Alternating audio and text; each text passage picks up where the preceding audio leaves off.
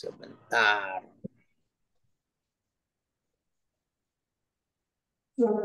Terima kasih untuk Bapak Ibu petugas yang memberi kesempatan buat semua saudara kita, anak-anak kita untuk ikut belajar hari ini. Tuhan memberkati Bapak semuanya. Oke, siap ya? Kita belajar. Baik. Oke.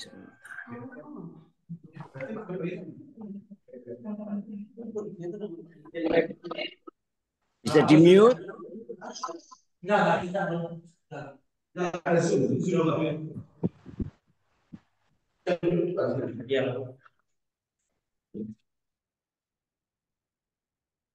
Ya, udah ya, di mute semua ya. Baik, kita siap belajar. Hari ini kita akan belajar untuk mengenal, untuk mengetahui ketika kita sedang diproses, siapa yang paling bertanggung jawab atas hidup kita. Siapa yang menentukan proses itu akan jadi apa dan bagaimana. Ya, tema dipilih Pak Filipus di sosial media saya tulis, siapa yang menentukan untuk kita menang atau kalah, jadi pemenang atau jadi pecundang ketika kita sedang menghadapi proses. Siapa menentukan? Ada dua. Nah, pasti yang belum tahu jadi kaget. Yang pertama, diri kita sendiri. Yang kedua, bagaimana sikap kita terhadap si kunyuk setan itu yang memang Tuhan pakai untuk memproses kita. Mungkin kalau ada yang nggak suka dengan kata proses, oke, ayo kita ganti. Ujian. Ya, ujian. Tadi pagi saya ketemu seorang ya cukup dewasa lah. Umurnya hampir 50-an. Nah, saya itu salah dengar mungkin. Doakan. Ya, saya mau ngadepi UAS, UAS. Loh, anakmu kuliah? Saya tanya begitu. Tidak, saya yang kuliah. Oh iya?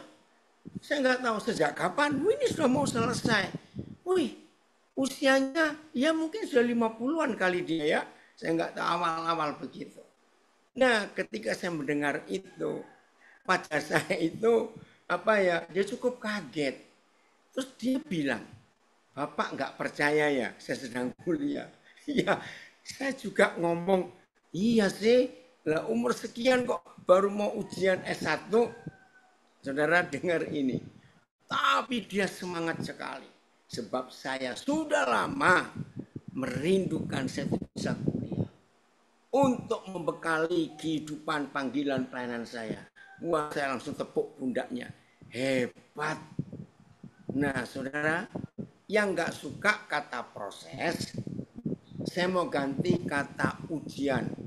Ya, ujian akhir. Oke. Nah, minggu yang lalu hari Senin, ya, sekolah kami yang di Nabire mengadakan pelulusan anak-anak SMA. Wah, seru sekali. Nanti sore jam 13 WIB ya saya akan menghadiri penamatan anak-anak SMP. Wah, sudah. Nah, waktu pelulusan anak-anak SMA, ya kepala sekolah dan semua staf membuat mereka memakai pakaian tradisional, ya, memakai pakaian adat, dan ternyata ada yang komen, oh bagus juga ya kalau penamatan menggunakan pakaian-pakaian begitu, jadi nggak perlu ada coret-coret yang kalau pakai pakaian putih. Saya bilang betul juga kalau begitu. Nah, sekarang kita lihat, ada nggak orang sekolah, apalagi kuliah, tanpa ujian? Ayo jawab. Kalau ada, ya memang dasar pemalas. Maaf. Jadi proses dalam hidup kita itu wajib kita kerjakan, kita jalani, kita hadapi, kita terima. Saya ulangi lagi. Kalau kata proses itu yang nggak suka lalu kita ganti dengan kata ujian. Saudara, mana ada sih sebuah kampus atau sebuah lembaga pendidikan, lalu ada iklan gede sekali. Inilah satu-satunya kampus, mungkin di Indonesia atau di dunia mungkin. Inilah satu-satunya kampus. Tidak ada ujian, langsung lulus dan wisuda. Ayo kira-kira kalau saudara mendapat iklan seperti itu, akan dorong anak-anak, nak, kamu kuliah di situ. Wih, hebat sekali loh kampus itu. Nggak pakai ujian langsung lulus. Ya berarti bapak sama anak sama-sama oonnya kalau begitu, maaf. Ya pasti tidak akan ada yang mau masuk kuliah kampus, masuk kuliah di kampus itu kalau tidak ada ujian. Terus gimana cara tanda lulusnya, menyatakan dia lulus atau tidak? Saudara, dalam hidup ini nggak usah bilang manusia lah, semua kehidupan, ya semua kehidupan yang ada di bumi ini. Saya nggak bilang yang di luar, nanti dulu. Yang di bumi, semua. Wajib, bukan cuma harus. Wajib. Dari Malang ada komen, nggak ada yang mau kuliah di kampus yang nggak ada ujiannya, langsung lulus. Semua bentuk kehidupan di bumi ini harus wajib ya mengalami proses. Ini di Instagram saya baru gabung ya, salah seorang anak saya tadi sebelum Zoom saya diskusi dengan mereka tentang proses hidup yang begitu berat yang dia alami. Nah, saya bilang kepada dia, ayo ikut ya, temanya menarik sekali ini. Nah, puji Tuhan. Jadi dalam hidup ini tidak ada sebuah kehidupan yang akan menjadi kehidupan tanpa ada proses. Tidak ada. Yang tadi pagi sempat ikut, kita belajar ya setengah 5.30 WIB ya di Papua itu jam 7.30 saya sudah mengajar tadi pagi. Nah, apa yang saya sharingkan tadi pagi tentang Markus 4. Ada proses yang terjadi untuk setiap kehidupan. Saudara bayangkan, lihat background saya, ini kebun istri saya ada di Nabire. Sangat teduh, enak sekali. Tidak ada satupun tumbuh-tumbuhan yang saudara lihat ada di background saya, di belakang saya ini, tanpa proses mati dan pembusukan di dalam tanah. Tidak ada. Harus lewat itu baru jadi seperti ini. Nah, itulah kehidupan yang kita harus percaya. Jadi yang menentukan kita ini jadi pemenang atau pecundang ketika proses itu terjadi, bagaimana ketaatan kita dengan proses itu yang jelas tidak enak, saudara. Maka itu mendengar kata proses nggak ada yang suka, karena proses itu sebuah bentuk yang sangat tidak mengenakan. Tapi harus kita alami. Maka itu siapa yang menentukan? Ya pertama diri kita. Lalu yang kedua, ya si pembuat soal itu. Bagaimana cara kita menghadapi si pembuat soal? Saudara, dalam Yakobus pasal 1, coba buka ayat itu ya. Mengapa ada pernyataan Tuhan itu tidak pernah mencobai siapapun, tapi tentu menguji. Yakobus 1 ya, carikan Filipus. Memang Tuhan kita nggak pernah mencobai, tapi dia menguji. Nah itu bedanya. Karena Tuhan itu penguji, bukan pencoba. Maka itu Tuhan tidak pernah punya soal untuk menguji kita. Jadi soalnya Tuhan minta kepada si kunyuk ya untuk buat soal buat kita. Jadi bukan Tuhan, dia nggak pernah mencobai kita. Ya ini dia, mulai ayat 12 ya. Yakobus 1 ayat 2, maaf kok 12, mulai ayat 2. Iman dan hikmat. Perhatikan ini baik-baik. Yakobus 1 mulai ayat 2. Ya. Betul, ada komen dari Malang. Ketaatan mempercepat ya, memperindah proses. Oke. John Hart, sure. Siapa ini? Betul sekali. Saudara-saudaraku, anggaplah sebagai suatu kebahagiaan. Ya, apabila kamu jatuh ke dalam berbagai-bagai pencobaan. Saya renungkan, ajak merenung. Ketika seorang mahasiswa sudah sampai di tingkat terakhir, seperti saudara saya yang tadi pagi ketemu umur 50-an awal, baru mau ujian S1, saya sampai kaget juga. Saudara, tidak ada siapapun yang menghadapi ujian akhir lalu nggak ngalami kegelisahan, nggak ngalami tekanan, nggak ada. Karena ujian akhir itu berat, ya. Seringkali ada kebimbangan, keraguan. Tapi jangan takut. Maka itu firman ini berkata, saudara-saudaraku, anggaplah sebagai suatu kebahagiaan. Karena ujian akhir itu akan mempercepat proses.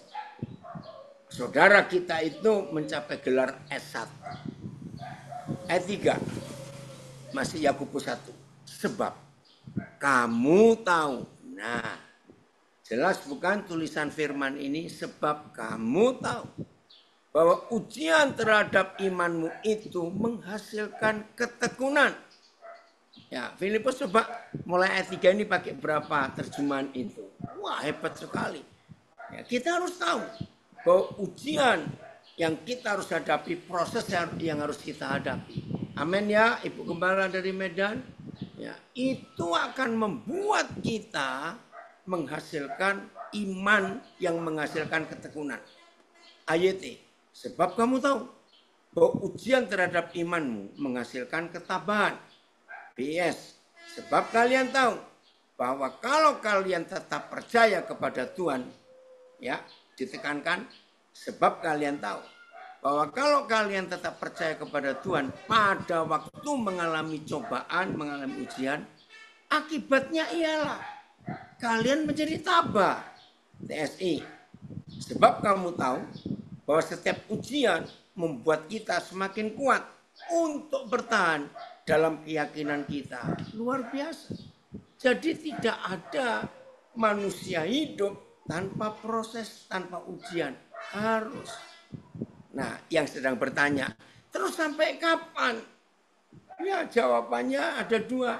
Satu, sampai kita meninggal. Itu akan terus proses. Yang kedua, ya sampai Tuhan berkata cukup. Karena dia sudah melihat kita bisa. Wah, ada komen bagus dari orang hebat, news anchor, ya, pemberita, pembawa acara. David Silawi, pencobaan atau ujian bagi orang percaya Tuhan Yesus bermanfaat untuk menyempurnakan, ya, teleios, ya, bahasa Ibraninya. Tapi bagi orang yang tidak percaya Yesus adalah alat setan untuk menghancurkannya. Oi, terima kasih, ya. Michael, Papa senang sekali kamu ikut gabung belajar juga. Nah, inilah fakta dalam hidup. Ayat 4. Yakobus 1 ayat 4. Oke Andri, senang sekali Papa kamu gabung lagi. Ya. Pagi juga Alvaro Bata. Oke ya. Kamu sedang diproses dengan anakmu itu, sabar. Dan biarlah ketekunan itu memperoleh buah yang matang. Proses dari pohon, dari biji ditanam, tumbuh jadi pohon, tunggu lagi sampai berbunga, tunggu lagi sampai mulai berputik, ya, lalu buah kecil, tunggu lagi sampai buah itu matang. Nah, ini prosesnya. Dan biarlah ketekunan itu memperoleh buah yang matang. Supaya kamu menjadi sempurna dan utuh, lengkap, komplit, dan tidak kekurangan suatu apapun. Ayat. Biarlah ketabahan memberikan hasil yang penuh supaya kamu menjadi sempurna dan utuh, tidak kekurangan apa-apa. BIS. Jagalah supaya ketabahan hatimu itu terus berkembang sampai kalian menjadi sungguh-sungguh sempurna serta tidak berkekurangan dalam hal apapun. Anak-anak saya, saudara saya warga binaan, nikmati proses yang sedang kalian jalani. Tunggu, nikmati. Jangan kalian gagal, apalagi kalah. Tetap bangkit. Wah, dari Bandung ada komen, namun yang Tuhan janjikan penyertaannya untuk kita menang dalam setiap ujian jika kita tetap percayakan hidup kepadanya. Amin. Betul sekali. Ya. Saya ulangi, BIS, jagalah supaya ketabahan hatimu itu terus berkembang sampai kalian menjadi sungguh-sungguh sempurna serta tidak berkekurangan dalam hal apapun. TSI. Jadi bertahanlah terus sampai akhir supaya kamu tumbuh dewasa dan semakin diperlengkapi sehingga tidak kekurangan apapun secara rohani. Puji Tuhan. Sampai saya lupa di tahun berapa ya, cukup lama. Waktu acara wisuda di ITB, Institut Teknologi Bandung. Wah, gempar saudara. Karena ada satu wisudawati, ibu-ibu yang umurnya sudah 60 tahun lebih. Wisuda S1. Nah, ternyata ibu ini seorang guru. Yang sejak perjuangannya untuk membuat anak-anaknya berhasil. Jadi semua kekuatannya yang dia biayai anak-anaknya. Kalau nggak salah ada 4 anaknya. Nah, setelah anak-anaknya lulus semua, baru ibu ini, mantap ya Han, ini dari Semarang. Ibu ini mulai kuliah. Jadi dia daftar kuliah itu sudah 50 lebih umurnya. Sempat jadi masalah ya karena usia, tetapi ketika pihak kampus mendengar motivasinya kuliah, tidak ada yang melarang untuk ikut kuliah di usia hampir 60 waktu itu. Saudara, begitu dia lulus, saya ingat waktu itu ada di TV, anak-anaknya menangis terharu. Gara-gara kami, mama sampai usia begini baru diwisuda. Waduh, mengharukan sekali kisah itu. Saudara, maka itu ketika kita harus mengalami proses. Jangan kita jadi pecundang atau yang kalah. Tetaplah jadi pemenang. Karena ada kebahagiaan yang kita akan terima. Jangan lupa itu. Lagi sekali warga binaan yang dikasihi Tuhan. Ayo menang ya atas proses yang sedang kita jalani. Para petugas, ibu bapak, pembimbing, ya pemimpin gembala yang ada di semua lapas. Baik rutan dan semuanya. Kadang-kadang dibuat jengkel juga ya oleh kelakuan anak-anak ini. Tapi hari ini kita pun belajar. Ayo ibu bapak petugas pun sedang mengalami proses. Ayat 5. Kita lihat ayat 5. Ayat 5 masih Yakobus pasal 1. Wah, ini dari Surabaya. Ada yang sedang mengalami proses cukup menyakitkan karena ada kesalahan di salah satu bagian tubuhnya. Bersyukur 3 minggu ini diproses papa untuk menikmati sakit. Selalu diingatkan untuk kembali ke firman dan firman dan firman. Puji Tuhan. Karena firman itu yang menyembuhkan, menguatkan. Betul sekali, Siuman. Bisa tetap begitu ya. Ya, ada komen lagi dari Banjarmasin. Ketika proses yang terjadi, jangan gengsi atau jaim. Ya, nggak usah. Usah diproses kok. Biarin orang-orang mau ngomong apa saja. Lihat ini Yakobus 1 ayat 5. Tetapi apabila di antara kamu ada yang kekurangan hikmat, hendaklah ia memintakannya kepada Tuhan yang memberikan kepada semua orang dengan murah hati dan dengan tidak membangkit-bangkit, maka hal itu akan diberikan kepadanya. Kenapa tiba-tiba dalam kata ujian proses tahu-tahu minta hikmat? Nah, ini kunci kemenangan saudara dan saya ketika dalam proses itu minta hikmat. Kenapa harus minta hikmat? Karena ketika proses terjadi tidak ada ilmu dan teori apapun. Saya ulangi, ketika proses itu terjadi, tidak ada ilmu atau teori apapun yang bisa mengurangi rasa sakit proses, yang bisa memperkecil proses, yang bisa memperingan keadaan ketika diproses. Catat ini, saudara. Mengapa ketika proses itu terjadi, Yakobus ini menuliskan, minta hikmat. Tuhan pasti memberi. Beda loh dengan kepandaian. Betul ya Andri? Ya angkat jempol. Saya ulangi. Mengapa ketika proses itu, Envan, sedang proses kamu ya, nikmati. Sebab ketika proses itu terjadi, wih, rasanya nggak enak semua, saudara. Rasanya, aduh.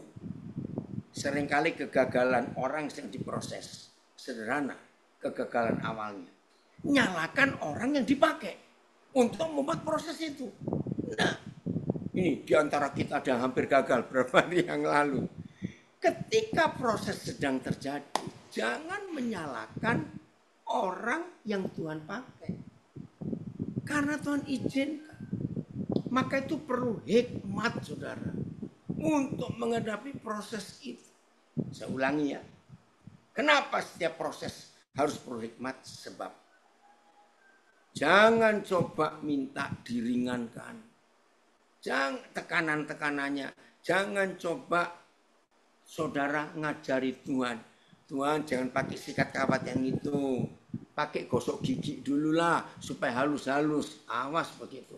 Aduh Tuhan jangan pakai sikat yang ini. Sikat yang itu saja. Enggak bisa. Jadi proses yang kita harus hadapi harus merasa sakit dan harus merasa berat. Karena kalau tidak, nggak akan jadi apa-apa hidup ini. Maka itu perlu hikmat. Terjemahan yang lain, Yakobus 1 ayat yang ke-5. Oke, Pan, maju terus. Ya. Baik, terima kasih nak. Dari Palembang, jauh. Ya. Akan tetapi ayat ini, akan tetapi jika di antara kamu ada yang kekurangan hikmat, kekurangan hikmat ketika menghadapi proses, mau ngomel aja, nyalakan yang dipakai Tuhan jadi alat. Hendaklah dia memintanya kepada Tuhan, yang dengan murah hati memberi kepada semua orang tanpa mencela, dan itu akan diberikan kepadanya. Yes, ya. Oh, ada yang komen, bersaksi. Saya lagi diproses ini, masalah ekonomi. Anakku semua masuk SMA. Jangan takut, tetap bersyukur dan tetap berusaha. Ya, usahakan. Tadi sebelum mulai acara ini ada yang saksi kepada saya. Aduh, kami sedang diproses ini. Ya, untuk bayar listrik belum bisa. Satu-satunya benda yang bisa dijual cuma keyboardnya dia. Tapi ini keyboard untuk pelayanan. Mau bagaimana? Tetap berusaha. Masa kita kalah sama hewan-hewan yang ada di alam ini, nggak pernah punya rekening, nggak punya tabungan, nggak pernah punya simpanan apa-apa, tetap bisa hidup. Jadi percaya ya Pak, yang sedang diproses ini Tuhan pasti ada jalan keluar. Kita berusaha, jangan diam. BS. Kalau ada seorang di antaramu yang kurang bijaksana dalam menghadapi proses, hendaklah yang memintanya dari Tuhan. Maka Tuhan akan memberikan kebijaksanaan kepadanya. Sebab kepada setiap orang Tuhan memberi dengan murah hati dan dengan perasaan belas kasihan. TSI. Namun, ya TSI-nya, namun kalau kamu merasa kekurangan hikmat saat mengalami ujian, nah TSI-nya lebih jelas ya. Namun, kalau kamu merasa kekurangan hikmat saat mengalami ujian, mintalah kepada Tuhan. Dia sangat murah hati kepada semua orang. Dan tidak pernah marah kalau kita meminta hikmat kepadanya. Hikmat itu apa? Ketika mengalami ujian. Karena itu mintalah. Maka hikmat yang kamu perlukan akan diberikan kepadamu. Woi, luar biasa. Terima kasih Tuhan. Untuk hal yang hebat ini. Jadi ada jalan keluarnya. Oke, dari Medan saya baca komen kesaksiannya ini ya. Proses membuat kita berada di titik terendah. agar kita sadar hanya anugerahnya yang memampukan kita, sehingga waktu Tuhan yang Maha Tinggi mengangkat kita, oh haleluya, kita tidak bisa sombong lagi karena tahu hidup hanya oleh anugerahnya. Betul. Kalau sudah pernah sampai di tanah, bahkan sempat masuk lagi di bawah permukaan tanah, ketika proses terjadi, ucapkan syukur. Pasti orang kayak begitu nggak bisa sombong. Ketika Tuhan mengangkatnya lebih tinggi lagi, wih hebat sekali ya Papa kita di surga. Maka itu saudara dalam hal ini, ayo, oh ada kesaksian ini dari Bandung. Jadi teringat dulu banget Papa saya pernah memberi statement keren. Belajar menikmati apa yang tidak nikmat sekalipun dengan senikmat-nikmatnya. Betul. Wah, kalau kita bisa seperti itu, hidup ini aman, hidup ini luar biasa. Nah, inilah Tuhan kita. Jadi proses itu membuat kita makin hebat, makin sempurna. Tapi kita harus lulus. Nah, ada yang bertanya, kalau gitu proses itu berapa kali? Oh, kalau berapa kalinya saya tidak ngerti. Bisa berkali-kali. Ya tergantung. Tuhan mau apa dalam hidup kita. Wah, kalau sudah bisa berkali-kali itu saudara, sudahlah seru sekali ya. Kalau sudah bisa berkali-kali itu sampai Tuhan menyempurnakan kita dalam hidup ini, maka kemuliaan Tuhan nyata luar biasa dalam kehidupan kita, anak-anaknya itu. Keren loh saudara. Kalau kita sudah mengalami proses itu keren sekali. Wah, itu menyenangkan dalam hidup kita ya. Karena apa? Dalam proses itu ujungnya yang kita lihat. Jangan kita cuma lihat fokus mata kita ketika kita sedang dalam proses itu. Warga binaan, catat konsep ini. Ya, catat konsep ini. Jangan hanya ngitung waktu, aduh kurang sekian. Nggak usah, jalani saja. Hari-hari yang tidak enak itu jalani saja.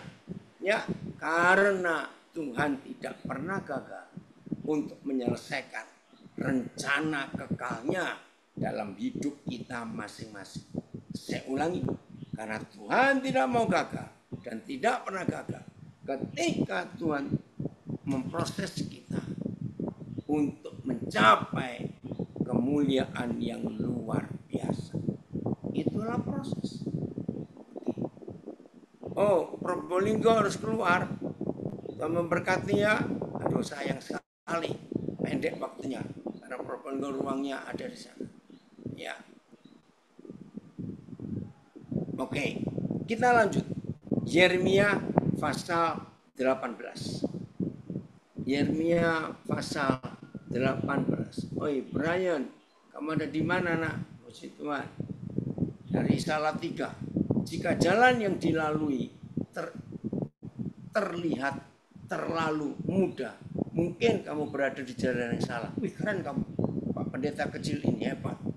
Jangan pilih jalan yang gampang ya. Jangan. Ada hal yang luar biasa. Ya, kita lihat ayat ini. Yeremia 18 mulai ayat 1. Ya, Yeremia 18 mulai ayat yang pertama. Kita lihat ini. Firman yang datang dari Yahweh kepada Yeremia bunyi, pergilah dengan segera ke rumah tukang periuk. Di sana aku akan memperdengarkan perkataan-perkataanku kepadamu. Lalu pergilah aku ke rumah tukang periuk. Dan kebetulan, Phil naik lagi, ayat 3. Lalu pergilah aku ke rumah tukang periuk. Dan kebetulan, tukang periuk itu sedang bekerja dengan pelarikan. Pelarikan itu lempengan papan, ya, yang di atasnya ada tanah liat, yang diputar. Dulu pakai kaki, ya, dipompa. Sekarang sudah pakai mesin. Apabila bejana yang sedang dibuatnya dari tanah liat di tangannya itu rusak, perhatikan. Jadi Yeremia melihat tukang periuk itu sedang membuat sesuatu, oke, Magetan baru bergabung, ya puji Tuhan. Ketika tangan tukang periuk sedang mengerjakan tanah liat itu untuk menjadi suatu vas bunga atau bejana apa, tapi rusak. Nggak dijelaskan rusaknya itu karena apa. Maka tukang periuk itu mengerjakannya kembali menjadi bejana lain menurut apa yang baik pada pemandangannya. Wah, ini luar biasa. Jadi saudara, sesekali bisa terjadi. Nah ya, sayang di ayat ini tidak dijelaskan apa penyebab tanah liat yang sedang dibentuk ini rusak. Nggak disebut ada apa. Ya kan, jauh senang sekali papa kamu. Saudara, tapi tukang periuk ini nggak marah, nggak banting-banting, enggak. Tukang periuk ini tidak buang tanah liat yang rusak itu, tidak. Tapi dibuat jadi bejana lain. Kalimat ini menurut apa yang baik pada pemandangannya. Coba Phil pakai berapa terjemahan yang lain ya untuk ayat ini supaya kita bisa melihatnya dengan baik. Wah, ini keren sekali saudara, pernyataan tukang periuk ini ya menjadi bejana yang lain. Kayak kita lihat. Apa itu? Ayat yang ketiga atau keempat tadi, sebentar. Keempat. Yeremia 18 yang baru gabungnya. Jika bejana yang sedang dia buat dari tanah liat itu rusak di tangan si tukang periuk, dia membentuknya kembali menjadi bejana yang lain. Perhatikan, menurut apa yang dipandangnya baik. Inilah kedaulatan tukang periuk yang luar biasa itu. PS. Apabila periuk yang sedang dikerjakannya itu kurang sempurna, nah ini kurang sempurna terjemahnya, maka si tukang periuk akan mengerjakannya kembali menjadi periuk yang lain sesuai dengan yang dikehendakinya. Aduh, ini dahsyat sekali saudara. Jadi begini, saya percaya semua kita termasuk saya pernah mengalami kejadian ini. Ya, kenapa Rutan Nganjuk mohon apa? Ya. Apa itu? Gagal diproses. Kita protes. Maka itu kalimat kata ini bagus dimengerti. Ketika sedang diproses, jangan protes. Saya ulangi, ketika sedang diproses, jangan protes. Diam, ikuti saja. Ya, lagi sekali saya katakan, Yeremia tidak menyebut periuk yang sedang di tangan tukang periuk ini rusaknya karena apa, enggak disebut. Tapi BIS bahasa Indonesia sehari-hari menulis kurang sempurna. Nah, bisa terjadi di hidup saudara dan hidup saya. Ketika kita sedang mengalami proses, mungkin sempat protes, mungkin sempat berontak, mungkin sempat melawan, membandel, mungkin. Tapi puji Tuhan, ketika kita sebagai tanah liat ada di tangan penjunan dan kita melawannya, aduh, ngeri. Tapi Tuhan baik, terima kasih Bapak.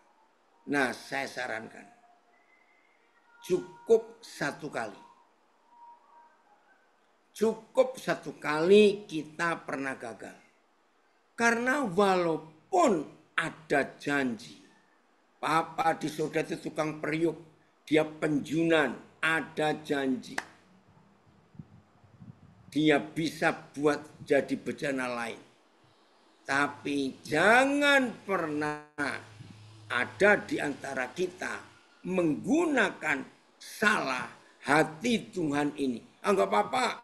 Kalau hari ini gagal, Tuhan punya cara lain untuk membentuk aku jadi bejana yang lain. Memang. Tapi cukup satu kali saudara. Karena kalau tidak akan buang-buang waktu. Ini dia Dari Sumba ada komen, woi keren. Tukang periuk itu adalah Tuhan kita, betul. Manusia yang berdosa yang mengasihi, tukang periuk itu adalah Tuhan. Kita manusia yang berdosa yang mengasihi kita apa adanya dan Bapak sudah melakukan itu memulihkan anak-anak yang rusak sehingga menjadi bejana yang luar biasa. Amin. Maka kalau diproses Tuhan, jalani saja untuk pemurnian iman. Dan saya sedang jalani itu. Amin. Nikmati saja. Justru kalau ada di antara kita yang sedang belajar ini, kok hidup ini aman-aman saja ya? Hidup ini kok tenang-tenang saja ya? Oh hidup ini kok santai, hati-hati. Jangan-jangan Tuhan membiarkan kita karena dia tahu kita akan coba, kita akan selalu protes kalau diproses. Ketika Tuhan tahu motivasi kita suka protes ketika diproses, maka Tuhan akan diam, nggak akan ya buat kita jadi bencana lain kalau kita protes terus. Maka itu hati-hati, jangan kita salah gunakan kebaikan hati Tuhan ketika Tuhan sedang memproses kita, lalu ada kerusakan, dia bisa menggantikan. Tapi jangan untuk kedua kali, cukup satu kali supaya Tuhan lebih cepat untuk menyelesaikan prosesnya. Sebab setelah satu proses selesai, ada yang berikutnya. Nggak selesai cuma satu kali. Ya, ada komen bagus dari Medan. Tuhan tidak pernah menyerah dan gagal untuk membuat hidup kita indah di pemandangannya. Betul. Tapi kita nggak boleh bandel. Ya, kita nggak boleh bandel. Ya, you can harus selalu setia dalam proses yang Tuhan sedang kerjakan. Ya, lihat ayat 6 di Yeremia 18 ini. Begini kata Yahweh. Nah, ada tambahan dari Surabaya. Mungkin tanah liatnya ada batu kerikil kecil. Jadi gagal jadi berjana. Diambil dulu batunya baru bisa jadi berjana yang baru. Oh betul.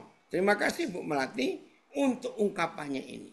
Jadi mungkin ketika tanah liat itu sedang diproses, dipoles, si tukang periuk melihat, ada batu kecil. Nah tukang periuk yang benar tidak akan membiarkan batu ini tetap ada. Tahu nggak akibatnya? Kalau di bejana yang masih basah sedang dibuat itu kedapatan ada batu satu kecil saja dan dibiarkan. Saudara tahu hasilnya? Ketika proses pembakaran pasti retak, pasti nggak utuh karena ada lubang, ada hancur. Terima kasih Bu Melati untuk tambahan ini. Kita belajar. Saudara itu luar biasa. Maka itu kalau ada kerikil-kerikil kecil di hidup kita, yang Tuhan tahu ini membahayakan. Karena walaupun sudah selesai dibentuk dari tanah liat jadi bejana yang keren. Tapi kalau nggak dibakar saudara, nggak bisa dipakai. Bahkan kalau kering tanpa dibakar, dia akan retak karena tanah liat. Maka itu prosesnya nggak berhenti ketika bejana tanah liat sudah jadi. Oh, tukang periuk nggak senang. Wih bagus ya buatanku. Waduh begini enggak. Bakar. Entah berapa belas jam diproses lagi dengan api. Maka itu kalau ada ganjalan-ganjalan di hidup ini, lalu Tuhan membiarkan, nggak mungkin. Bagi Wendra belajar itu, Evan, ayo Tuhan izinkan Tuhan mengeluarkan ya kerikil-kerikil dalam hidup kita. Karena kalau tidak akan merusak apa yang Tuhan buat atas hidup kita. Ayat 5 atau 6 tadi ini yang belum dibaca Filipus. Ayat berapa ya? Coba lihat dulu. 6. Lalu begini firman Tuhan kepada Yeremia. Masakan aku tidak dapat bertindak kepada kamu seperti tukang periuk ini. Hai kaum Israel. Demikianlah firman Yahweh. Sungguh, terima kasih Bapak. Sungguh seperti tanah liat di tangan tukang periuk. Puji Tuhan, Gereja Naomi Lapaslah Doa Palembang hadir. Sungguh seperti tanah liat di tangan tukang periuk. Demikianlah kamu di tanganku, hai kaum Israel. Terima kasih Tuhan. Ayo saudara, semua kita merasakan kita di tangan Tuhan. Oi Emon, Papa senang sekali kamu ikut. Ayat, tidak dapatkah aku melakukan terhadapmu seperti yang dilakukan tukang periuk ini? Hai keturunan Israel, firman Yahweh, lihatlah, seperti tanah liat di tangan tukang periuk, demikian juga kamu di tanganku, hai keturunan Israel. Terima kasih Bapak.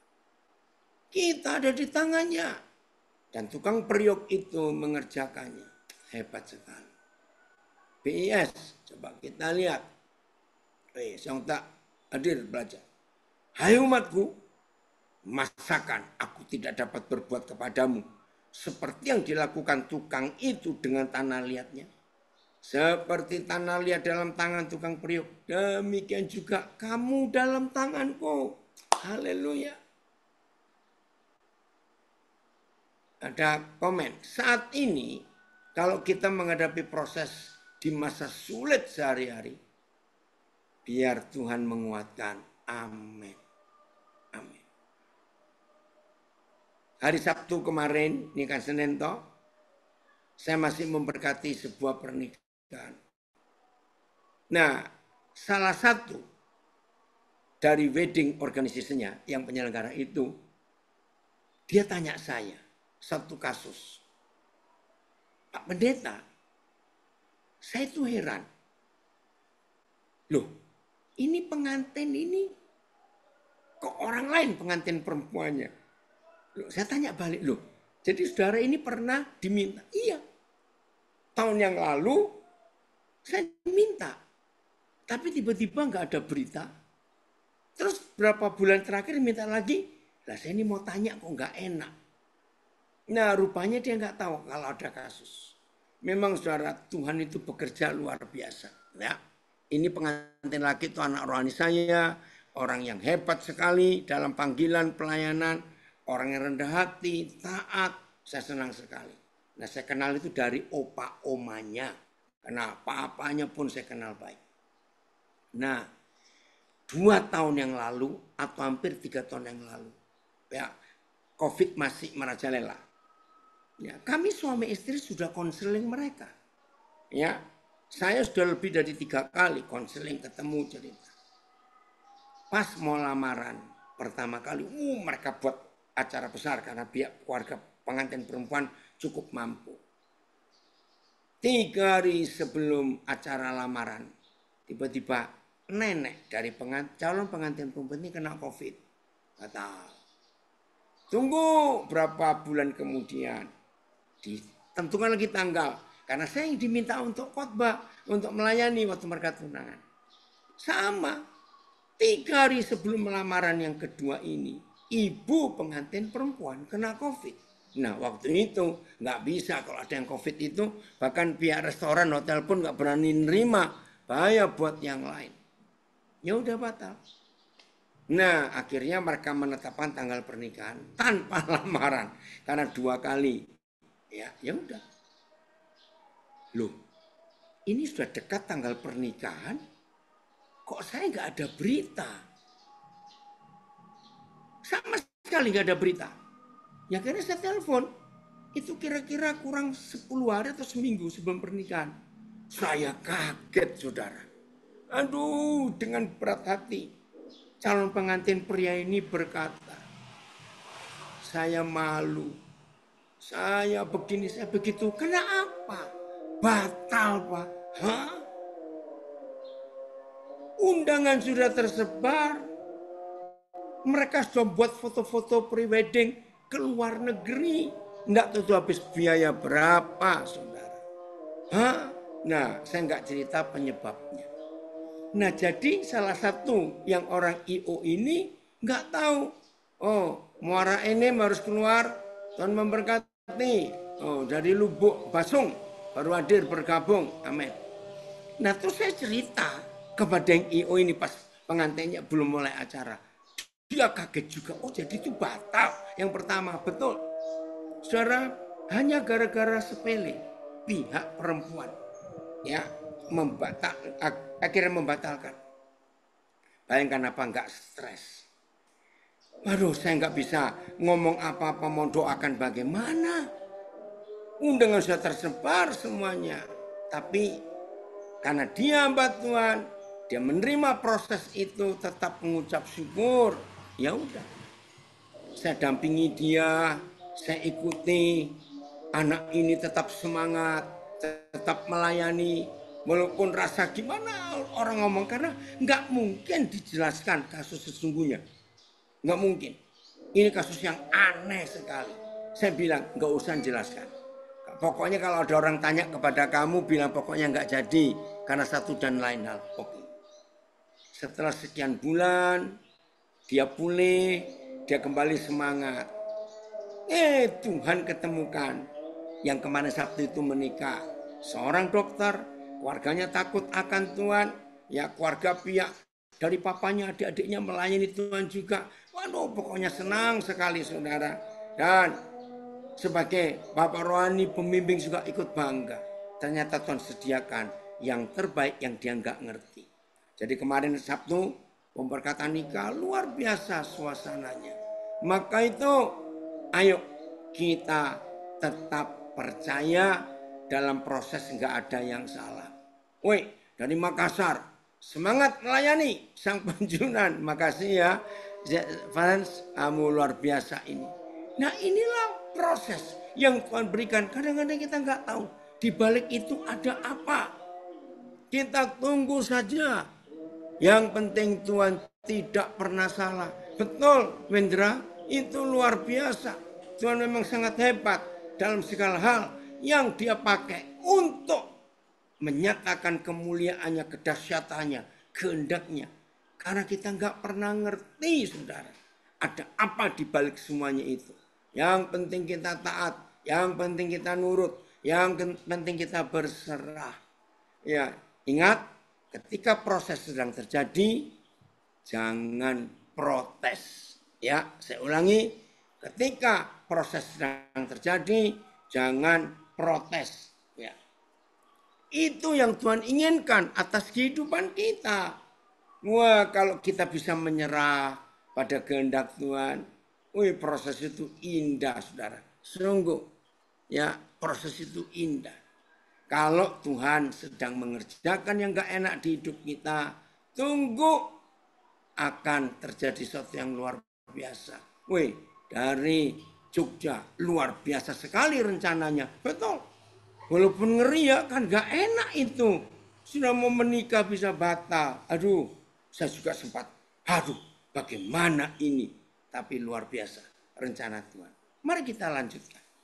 Bagaimana Tuhan membentuk kita dalam hidup ini supaya terjadi sesuatu yang luar biasa. Woi, dari Bali, Denpasar ada komen hebat. Ini saudara kita yang sedang rasanya kayak diinjek-injek, hancur hidup ini. Ketika proses yang terjadi, dilarang protes. Betul nak? Haleluya. Ayo kita tertawa sama-sama yuk. Iya, ketika proses yang terjadi jangan protes, nggak enak saudara. Tapi percayalah, baru silalahi menang ya dalam proses berat. Ini saya sebut namanya baru silalahi, berat sekali. Aduh, suami meninggal, biaya anak sekolah bagaimana, tapi masih bisa hadir untuk belajar. Baru silalahi, Bapak senang lihat belajar untuk merenungkan firman ini. Oke, kita lihat ayat yang berikut. Supaya dalam proses itu, ada kemuliaan Tuhan yang luar biasa. Bentar ya, terus beritahu Tina, dia kok telepon berapa kali? Ya, maaf ya. Kita buka, sampai lupa tadi sebentar ya. 1 Korintus 3 ayat 18. 1 Korintus 3 ayat 18. Kita lihat ayat ini. Woi, ini yang di Bali diinjek-injek prosesnya. Ya, haleluya. Ayo semangat menghadapi ini. Walaupun gak enak. Udah? 1 Korintus 3 ayat 18. Oh, 2 Korintus 3, maaf, saya salah. 2 Korintus 3 ayat 18. Saya minum dulu ya.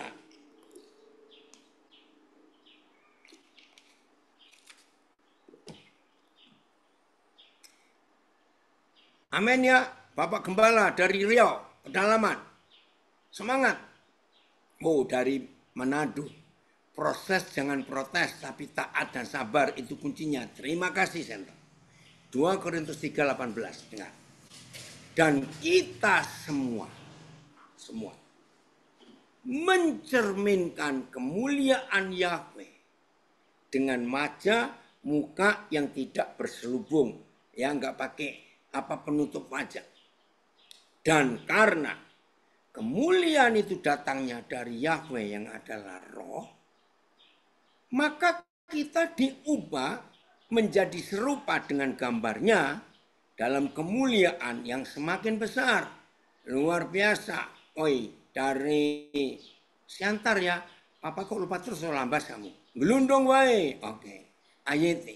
Dan kita semua yang dengan wajah tidak terselubung mencerminkan kemuliaan Yahweh sedang diubah kepada gambar yang sama dari kemuliaan kepada kemuliaan, sama seperti Yahweh yang adalah Roh itu. Lanjut BIS ya. Sekarang muka kita semua tidak ditutupi selubung dan kita memantulkan kecemerlangan Tuhan Yesus. Dan oleh sebab itu kita terus-menerus diubah menjadi seperti Dia. Makin lama kita menjadi makin cemerlang. Kecemerlangan itu dari Roh, dan Roh itu adalah Yahweh sendiri. Nah, TSI-nya mulai 17 Filipus. Kalau TSI ini mulai 17. Kita lihat ya, 17.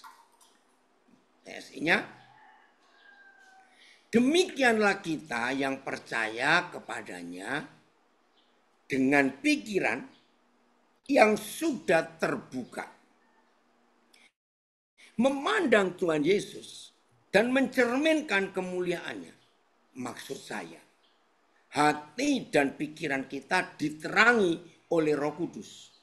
Dan di mana ada Roh Yahweh, di situ ada kebebasan dari peraturan dan hukum yang lama. Tuhan Yesus mengubahkan kita oleh Roh-Nya sehingga kita semakin sempurna memancarkan kemuliaannya. Wih, luar biasa ini. Saudara, dari ayat 18 ini kita menemukan konsep pemrosesan. Kata semakin, kata dirubah, itu menunjukkan proses dalam hidup kita. Supaya apa yang Tuhan sedang kerjakan atas hidup kita, itu terjadi dengan sempurna, dengan baik. Kalau kita diam, nurut, dari waktu ke waktu. Supaya kemuliaan Tuhan itu memancar lewat wajah kita, lewat hidup kita. Digosok terus. Maka itu jangan ada yang gagal. Ya, semua kita harus lulus dalam proses ini. Terima kasih Tuhan. Senang toh saudara dan saya warga binaan. Walaupun di tempatnya nggak enak kalian semua. Tapi di tempat itulah proses luar biasa. Justru kalau saya bandingkan. Saudara-saudara warga binaan. Proses saudara lebih berat daripada kami yang ada di luar dan sedang bebas. Saudara kan lebih cepat sempurna. Maka itu jangan banyak protes. Jangan banyak ngomel. Nikmati ketidaknikmatan itu dengan senikmat-nikmatnya. Maka proses itu akan cepat. Dan kita akan naik lagi ke tingkat yang berikut. Tunggu proses yang sebelumnya. Yang belum datang atas hidup kita. Terus. Amin. Katanya Pak Pendeta Lumenta. Amin, betul sekali. Kalau kita tidak ngomel, ada suasana surga di hati ketika proses itu sedang terjadi. Nikmati saja. Karena kemuliaan demi kemuliaan, kita akan mencerminkan kemuliaan Tuhan terang yang luar biasa itu. Jelas ya? ayat terakhir sekarang. Oh, terima kasih Papa untuk keindahan yang Tuhan ajarkan. Begitu. Ya. Nah ini siap-siap ya, ada komen. Biasanya kalau dengar pengajaran seperti ini langsung di berhadapan, iya jangan tunggu besok. Kok bisa belum selesai kita dengar pelajaran, langsung proses terjadi. Supaya cepat. Karena masih ada yang lain lagi. Yang Tuhan sediakan buat kita, anak-anaknya itu. Jelas ya? Oke, Roma 7. Ya, Roma 8 ayat 17. Roma 8 ayat 17. Ini ayat yang terakhir. Roma 8 ayat 17. Dari Nabire, sebuah proses memang gak enak. Tetapi percaya saja, pasti Tuhan akan menolong. Benar. Ya. Roma 8, 17. Dan jika kita ini adalah anak, mendengar ini luar biasa. Anak saya hebat. Kristof, Lamalata, senang sekali Papa ketemu kamu di sini. Jika kita adalah anak, maka kita juga adalah ahli waris. Mendengar ahli waris siapa yang gak suka? Apalagi ahli waris kerajaan surga. Tapi tunggu dulu, lihat kalimat berikut. Maksudnya, siapa ahli waris itu? Maksudnya, orang-orang yang berhak menerima janji-janji Tuhan. Yang akan menerimanya bersama-sama dengan Kristus. Keren ya? Ayo bilang semuanya, haleluya. Nah, ini prosesnya. Yaitu jika kita menderita bersama-sama dengan dia. Aduh, nggak enak. Sudah senang-senang dengar kalimat, oh kita ini anak. Haleluya. Maka kalau anak, kita juga sewaris dengan Tuhan Yesus. Tapi cara menerima warisan yang luar biasa ini harus lewat proses. Prosesnya apa? Penderitaan. Saudara, jangan sampai salah. Prosesnya penderitaan. Itu yang Tuhan ingin terjadi di hidup kita. Ayat. Dan jika kita adalah anak, kita juga adalah pewaris. Pewaris Tuhan. Dan sesama pewaris dengan Kristus. Betul. Tapi jika kita, lihat itu. Jika kita benar-benar turut menderita bersama dia. Supaya kita juga akan dimuliakan bersama dengan dia. PIS, sama-sama menderita. Jangan lupa ini proses. Nah, kalau kita adalah anak-anaknya, maka kita pun adalah ahli warisnya. Yang akan menerima berkat-berkat yang disediakan Tuhan untuk anak-anaknya. Kita akan menerima semua waris janji berkat bersama-sama dengan Kristus. Apa yang sudah disediakan Tuhan bagi Yesus. Sebab kalau kita menderita bersama Kristus, kita akan dimuliakan juga bersama dia. Oh ya, Papa lupa lagi. Kamu sudah kirim nomornya siapa Niko yang ada di rehabnya Pak Daniel itu. Dengan nomornya siapa pemain keyboardmu. Papa belum ngecek, maaf nak. Nggak enak saudara. Kalau kita melihat ini. Pak Max Monto. Sudah lama ini nggak gabung. Puji Tuhan. Luar biasa bukan? TSI. Jika kita adalah anak angkat Tuhan, berarti kita juga berhak menikmati semua harta yang dijanjikan untuk keluarganya. Dan karena Kristus sejak semula adalah anak Tuhan, maka dia menjadi saudara sulung kita. Perhatikan ini. Oleh sebab itu, kita sebagai saudara-saudara angkat Kristus yang sudah menderita sebagai pengikutnya, tentu juga akan ikut masuk dalam kemuliaannya. Nah ini prosesnya, jadi siap-siap ikut penderitaan bersama Yesus. maka kemuliaan Tuhan akan nyata lewat hidup kita. Terima kasih Bapak. Jadi jawabannya, siapa yang menentukan kita menang atau kalah dalam proses? Ya diri kita sendiri. Mau taat atau protes atau berontak. Lalu setan kita kasih kesempatan apa? Jangan kasih kesempatan, suruh diam dia. Katakan terima kasih kepada si kunyuk. Karena soal ujian proses kita itu diminta Tuhan dari mereka. Sebab Tuhan tidak pernah mencobai kita. Dia pinjam soalnya dari mereka. Dan Tuhan bisa pakai siapa saja. Oh, Samarinda harus keluar, Tuhan memberkati. Inilah Tuhan kita, saudara, yang luar biasa dalam hidup ini. Maka itu semua kita, ayo, yang sedang mengalami proses, naikkan puji-pujian yang penuh kemenangan. Jangan pujian yang, aduh Tuhan kok hidup ini berat, tidak. Penuh kemenangan. Karena kita tahu rencananya itu dahsyat atas kehidupan kita semua. Siap ya menikmati proses dan jangan protes. Dan jangan sampai gagal, jangan sampai kalah. Semua kita menuju kemenangan karena kita tahu hasil proses itu sangat indah. Tuhan dipermuliakan, kiranya namamu lewat hidup kami. Tuhan memberkati kita semuanya. Saya kembalikan kepada host.